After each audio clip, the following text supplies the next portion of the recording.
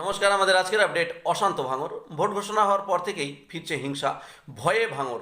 লোকসভাই হোক, বিধানসভা হোক বা পঞ্চায়েত ভোট হোক, অতীতের ছবি বলছে ভোট ফিরলেই ভাঙড়ের বাতাস উত্তপ্ত হয়ে ওঠে। 21-এর বিধানসভা ভোট এবং ভোট পরবর্তী হিংসা নিয়ে বারবার সংবাদ শিরোনামে উঠে এসেছে দক্ষিণ চব্বিশ পরগনার ভাঙড়ের নাম। পঞ্চায়েত ভোটেও ছবিটা বদলায়নি। প্রার্থীদের মনোনয়ন থেকে ভোট গণনার দিন পর্যন্ত অশান্ত ছিল ভাঙড়ের ভূমি। এবারও আরও একটা বিধানসভা নির্বাচন, রাজ্যে হিংসামুক্ত ভোট করাতে চায় কমিশন। ইতিপূর্বে ভাঙড় পরিদর্শনে গিয়েছিলেন কলকাতার সিপি। ভোটের দিনক্ষণ যত এগিয়ে আসছে ততই রাজনৈতিক উত্তাপের রণক্ষেত্রের চেহারা নিচ্ছে ভাঙড়।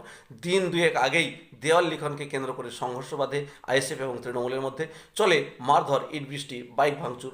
পরিস্থিতি নিয়ন্ত্রণে আনতে শেষ পর্যন্ত বাহিনী নামাতে হয়। গত সপ্তাহে ভয়াবহ বিস্ফোরণে কেঁপে ওঠে ভাঙড়ের চালতাবেড়িয়া এলাকা। একজনের মৃত্যু হয় বলে জানা যায়। গতকাল উত্তপ্ত ভাঙড়ে তৃণমূল প্রার্থীর গাড়িতে হামলার অভিযোগ ওঠে আইএসএফের বিরুদ্ধে। বোমাবাজিও হয় বলে অভিযোগ। এমন অবস্থায় ভাঙড়ের চণ্ডীহাট এলাকায় উদ্ধার হয় 3টি তাজা বোমা। বিজয়গঞ্জ বাজার থানার বামুনিয়া এলাকায় পুকুর থেকে একনলা বন্দুক ও কার্তুজ উদ্ধার করে উত্তর কাশীপুর থানার পুলিশ। বামুনিয়ার বিস্ফোরণস্থলে পরিস্থিতি পরিদর্শনে যান পুলিশ অবজারভার মনোজ কুমার। অতীতে একাধিকবার নওশাদ বনাম শওকত গোষ্ঠীর ঝামেলা সামনে এসেছে।